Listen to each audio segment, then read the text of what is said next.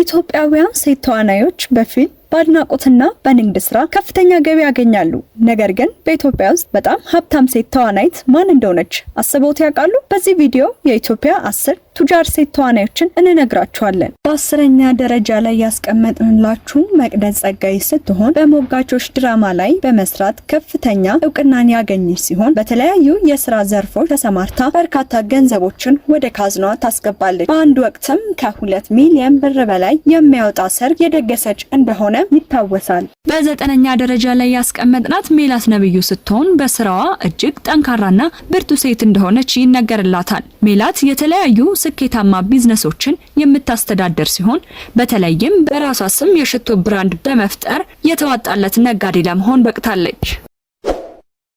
በ8ኛ ደረጃ ላይ ያስቀመጥናት አዲስ ዓለም ጌታነህ ስትሆን በሀገራችን ላይ ብዙ ፊልም ከተወኑ አርቲስቶች መካከል የምትመደበው አዲስ ዓለም ከብዙሃን ዘንድ ተወዳጅነትን ካተረፉ ሴት አርቲስት ተዋናይት መካከል አንዷ ናት። ከፊልሙም በተጨማሪ ከምታገኘው ገቢ 1.4 ሚሊዮን በላይ ተከታይ ባላት ኢንስታግራም ላይም እንደሚከፈላት ምንጮች ያመላክታሉ። በ7ኛ ደረጃ ላይ ያስቀመጥናት የትናየት ታምሩ ስትሆን በጥቂት ሀገረኛ ፊልሞች ላይ የምናውቃት ሲሆን ለወላጆቿ ብቸኛ ልጅ በመሆኗ በብዙ ፍቅር ያደገችውን የትናየት 7ኛ ደረጃ ላይ ያስቀምጠናታል። የትናየት እጅግ ጠንካራ ሰራተኛና የሚያስገርም በራስ መተማመን ያላት ሴት ስትሆን ከ60 ሚሊዮን ብር በላይ ባወጣችበት ቤትና ከ16 በላይ ካሜራ በሚጠበቅበት የተንደላቀቀ መኖሪያ ቤት ውስጥ ስትኖር ለብዙ ሰዎች የስራ እድል በመፍጠር ትታወቃለች።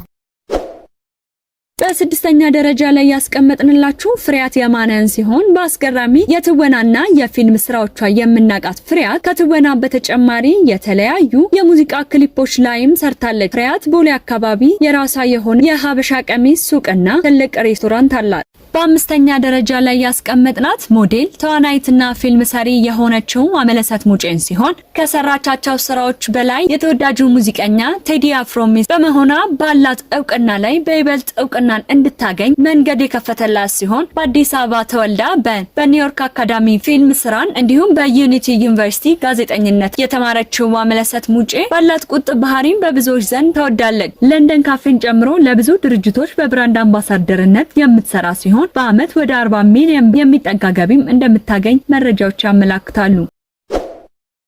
በ4ኛ ደረጃ ላይ ያስቀመጥናት ሰላም ተስፋዬ ስትሆን እድገቷን በሁመራ ያደረገችው ሰላም በፈረንጆቹ 2020 5 ሚሊዮን ብር ካስገባች በኋላ የምታገኘው ገንዘብ በየጊዜው እያደገ በመምጣቱ አሁን ላይ ከቀዳሚዎቹ ባለሀብት ተርታ ተሰልፋለች።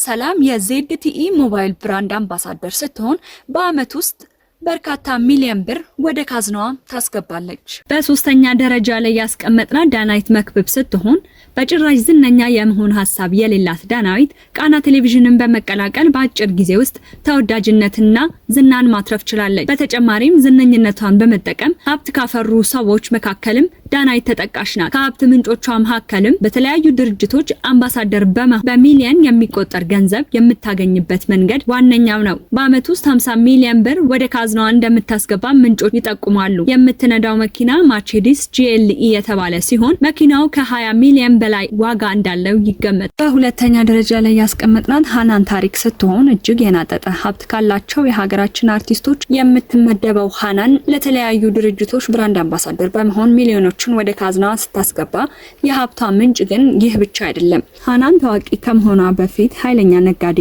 የነበረች ሲሆን አዲስ አበባ ዩኒቨርሲቲ በማርኬቲንግ ተመርቃ ከወጣች በኋላ በንግዱ ዓለም ላለፉት 10 ዓመታት ቆይታለች። ሃናን በኢምፖርት ኤክስፖርት ስራ የንግዱን ዓለም ብትቀላቀልም ቦሌ አካባቢ የሚገኝ የኬክ ቤት ባለቤት እና የተለያዩ የቤት እቃዎች ማምረቻ ድርጅት ባለቤትም ናት። በቅርቡ መገናኛ አካባቢ G+3 የተንደላቀቀ መኖሪያ ቤት የገዛች የቤቱ ዋጋ እስከ 100 ሚሊዮን ብር ገመታል።